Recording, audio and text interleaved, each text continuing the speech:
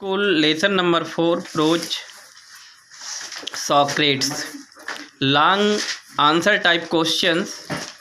Question number first. Give a character sketch of Socrates. सुकरात का चरित्र चित्रण दीजिए. Why does the writer call Socrates the greatest of all the Greeks? लेखक सुकरात को यूनान के सबसे महानतम क्यों पुकारते हैं? अथवा What great qualities of Socrates are brought out in this lesson? इस पाठ में सुकरात के कौन से महान गुणों को दिखाया गया है, दर्शाया गया है या लाया गया है? अथवा Who was Socrates? सुकरात कौन थे? Write some of his great qualities. उनके कुछ महान गुणों को लिखिए. आंसर. इंट्रोडक्शन प्रस्तावना. As a boy Socrates was ugly undersized. As a boy Socrates was ugly undersized with a flat nose and bulging eyes.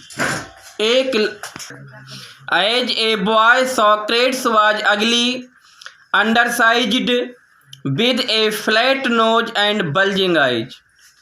एक लड़के के रूप में सुकरात कुरूप, ठिगना, चपटी नाक वाले और उभरी हुई आँखों वाले थे. आँखें बाहर की तरफ निकली हुई थीं. बल्जिंग आइज मतलब उभरी हुई आँखें या बाहर की तरफ निकली हुई आँखें. ही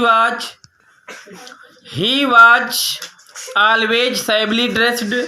वो हमेशा फटे पुराने कपड़ों में रहते थे. He lived in Athens 400 BC.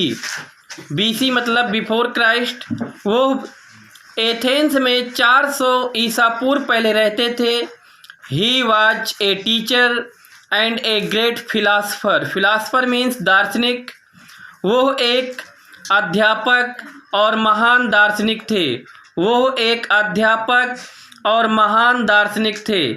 Education शिक्षा.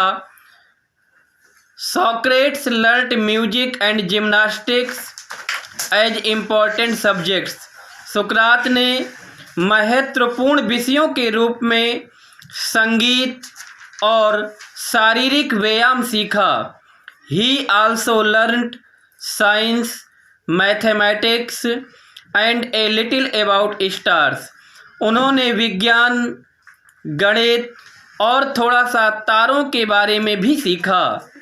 ही लर्नड हिस्ट्री एंड जियोग्राफी पार्टिकली. उन्होंने थोड़ा सा इतिहास और भूगोल भी सीखा. Rarely he could miss out anything from his notice. उनकी निगाह से कोई भी चीज बचकर नहीं निकल पाती थी. Next heading. Physical comforts. शारीरिक आराम. फिजिकल कंफर्ट्स शारीरिक आराम. फिजिकल कंफर्ट्स शारीरिक आराम. Socrates did not have a big house और फाइन फर्नीचर. फर्नीचर की हिंदी उपस्कर. सुकरात के पास बड़ा घर अथवा अच्छे उपस्कर नहीं थे. एज ही ग्रीव और जैसे जैसे वो बड़े होते गए. ही thought very little of bodily comfort and pleasure.